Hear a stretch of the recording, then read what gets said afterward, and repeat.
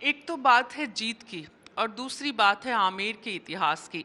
आमेर का एक अपना वर्तमान भी है। आमेर जिस तरह से दुनिया भर के पर्यटकों का एक स्थल है और राजस्थान आने वाला हर पर्यटक आमेर पहुंचता है।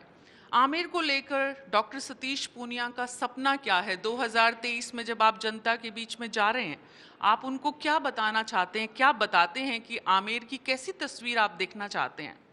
देखिए, आमेर में और राजस्थान में एक साम्यता है। यहाँ हम लोगों की अर्थव्यवस्था खेती पर, पशुपालन पर, डेयरी पर और पर्यटन पर टिकी है। और पर्यटन की दृष्टि से भी आमेर तो और ज़्यादा समृद्ध है। हर दुनिया का तीसरा पर्यटक जो भारत आता है, आमेर में ज़रूर उसके कदम पड़ते हैं, राजस्थान में वो ज़रूर आते हैं। मैंने यहाँ देखा कि बहुत जब मैं 13 में चुनाव लड़ने के लिए आया तो बड़ा खुश होकर आया था कि ये बड़ा उन्नत क्षेत्र होगा शिक्षा, स्वास्थ्य, सड़क, पानी, पेयजल के लिहाज से। लेकिन मुझे निराशा हुई कि जब नीचे गया कैंपेन में तो लोग बाग पर्चे लेके खड़े होते थे कि पानी की व्यवस्था नहीं है, सड़कें नहीं हैं, यहाँ स्कूलें बदहाल हैं, हेल्थ का इंफ्रास्ट्रक्चर नहीं है।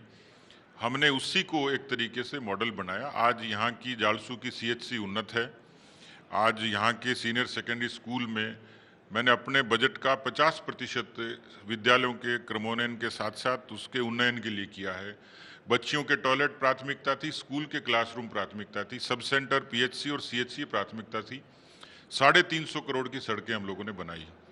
अब इतना होने के बाद भी आज भी डिमांड ज्यों की त्यों है। बिसलपुर का पानी पेयजल के लिए आता है लेकिन पूरे क्षेत्र में नहीं है। इस सरदा बांध का पानी सरकार ने बजट की घोषणा जरूर की लेकिन अभी भी हम लोग तरस रहे हैं।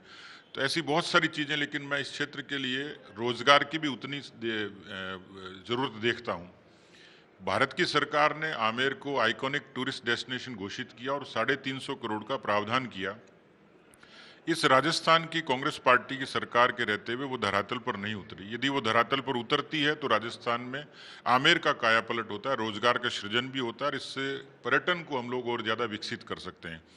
यहाँ रूरल टूरिज्म की भी उतनी संभावनाएं हैं। यहाँ खेती के अंदर खासतौर पर यहाँ जो इनोवेशन की जरूरत है उसमें स्टोरेज से लेके प्रोसेसिंग यूनिट तक की जरूरत है। उदाहरण के तौर पर मेरे यहाँ बगवाड़ा है, टमाटर अच्छा होता है पर केचप की फैक्ट्री नोएडा में है, क्यों ना वो बगवाड़ा में लगे। ये हमारा एक विजन है। मैं राजनीति के साथ साथ जिज्ञासु भी हूँ और समाज का व्यक्ति भी हूँ, इसलिए रोजगार मेले से लेके सुकन्या समृद्धि तक कुछ नवाचार भी हम लोगों ने किए। मुझे लगता है कि ये सारी चीजें लोगों में भरोसा पैदा करने के लिए, तो अभी भी मुझे यहाँ काम करने के लिहाज से रोजगार परक कोई बात हो, यहाँ खेती में संभावना है तो जो हमारे जो कृषि संकाय है उसकी बड़ी डिमांड रहती है। यदि कोई एग्रीकल्चर कॉलेज या इस तरीके की व्यवस्था होगी तो शायद हम अपने बच्चों को अच्छे तरीके से उनको पैरों पर खड़ा कर पाएंगे। यहाँ हैंडीक्राफ्ट और हैंडलूम इसकी बहुत अच्छी व्यवस्था है और लोग घरों में भी काम करते हैं। मिट्टी का बहुत अच्छा काम यहाँ है, लूम्स का अच्छा काम है, उसको हम लोग और ज़्यादा व्यवस्थित कर सकते हैं, एक अच्छी मार्केटिंग की व्यवस्था कर सकते हैं। यहाँ जो हमारा सेल्फ हेल्प ग्रुप है महिलाओं का, पिछले 2.5 साल से अच्छा काम कर रहा है। उनको हम लोगों ने प्रेरित किया है कि वो भी अपने पैरों पर खड़े हों, स्वावलंबी हों, उसको व्यवस्थित किया जा सकता है। तो मुझे लगता है कि रोजगार की बजाय स्वरोजगार भी एक बड़ा जरिया आमेर में हो सकता है। खेती को, डेयरी का प्रोडक्शन यानी दूध का प्रोडक्शन, मुझे लगता है कि राजस्थान के चुनिंदा हिस्सों में उसमें आमेर का भी एक बड़ा हिस्सा है। आज सरस डेयरी को आमेर से एक बड़ा मात्रा में दूध सप्लाई होता है। तो क्या दूध के प्रोडक्ट्स के लिए कुछ और व्यवस्था की जा सकती है ताकि लोग अपने पैरों पर खड़े हों और उस पशुपालन से अपनी जीविका का उपार्जन करें। एक अच्छे इंस्टीट्यूशंस की भी यहाँ ज़रूरत है। कोशिश ये है कि बच्चों को काउंसलिंग के लिए, स्किल डेवलपमेंट के लिए हम लोग तैयार करें। यहाँ के बच्चे थोड़ा सा आज के बच्चों से कम्पिटिटिव कम हैं, यानी शहरी बच्चों के मुकाबले। कोशिश करूंगा कि हमारे बच्चे भी आंख से आंख मिला के शहर के बच्चों से बात करें।